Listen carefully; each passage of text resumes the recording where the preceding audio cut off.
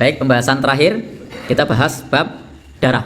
Kemarin sempat ada yang bertanya tentang hukum darah najis atau tidak. Pada prinsipnya para ulama juga berbeda pendapat di dalam masalah ini. Apakah darah itu najis atau tidak?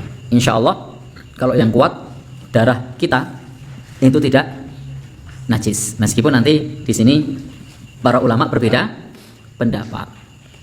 Baik, mazhab Maliki menyebutkan bahwasanya darah yang memancar adalah najis tanpa kecuali sekalipun darah ikan. Maka yang dimaksud darah yang memancar itu al-masfuh, karena dalam Al-Quran disebutkan damam masfuha, darah yang mengalir. Maka darah yang mengalir dari makhluk hidup. Adapun selain yang memancar seperti sisa darah pada daging hewan yang disembelih atau keringatnya, maka ia adalah suci. Ini sudah sama-sama kita pahami bahwa darah yang mengalir itu memang tidak boleh kita konsumsi, dan statusnya di sini di dalam madhab Maliki itu dinajiskan darah yang mengalir. Kalau tidak mengalir, yang mafil uruk, yang tersisa di urat-urat, maka itu tidak dihukumi najis. Biasanya kalau ayam disembelih itu kemudian digoreng, di bagian tengahnya itu masih ada darah yang tersisa, itu tidak mengalir, maka itu tidak dihukumi najis, dan dia dihukumi suci, dan dia halal untuk dikonsumsi. Baik, jadi itu biasanya kalau disembelih menyisakan darah yang di urat-urat. Kambing itu menyisakan apa enggak? Ya, ini yang hobi kuliner kambing juga Mas Adi, menyisakan darah enggak ini Mas? Menyisakan juga ya.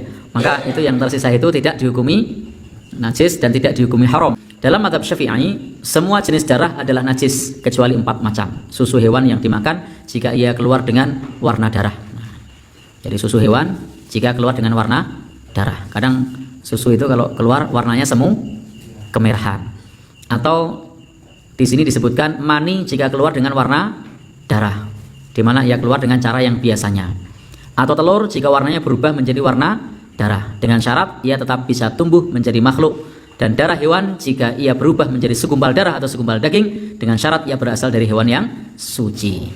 Artinya teman-teman di sini dalam mazhab Syafi'i semua jenis darah adalah najis. Baik, kita percepat.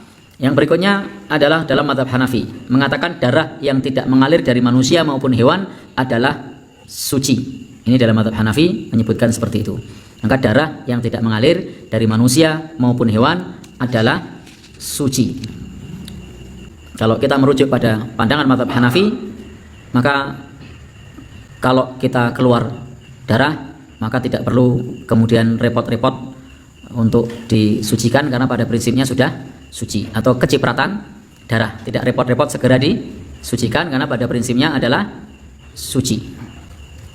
Demikian pula dengan darah yang telah berubah menjadi segumpal daging, maka ia adalah suci. Adapun jika berubahnya menjadi segumpal darah, ini agak kosakatanya, penerjemahannya kurang pas. Intinya di sini adalah begitu pula dengan darah yang telah berubah menjadi segumpal daging, maka ia adalah suci. Yang adapun silahkan dicoret.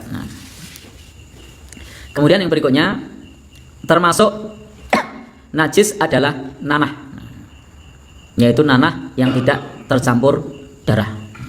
Ini kita sudah sama-sama tahu bahwa nanah itu di situ ada kotorannya, jadi terdapat kotoran. Maka karena terdapat kotoran di situ, maka yang mengalir dari badan manusia selain nanah itu pada prinsipnya kalau di dalam mazhab Hanafi itu suci, tidak najis. Baik, Bapak dan Saudara yang berbahagia yang dirahmati Allah Subhanahu wa taala, maka semua cairan yang menetes dari luka atau sejenisnya yang intinya adalah nanah tadi, maka itu adalah najis menurut mazhab Hanafi.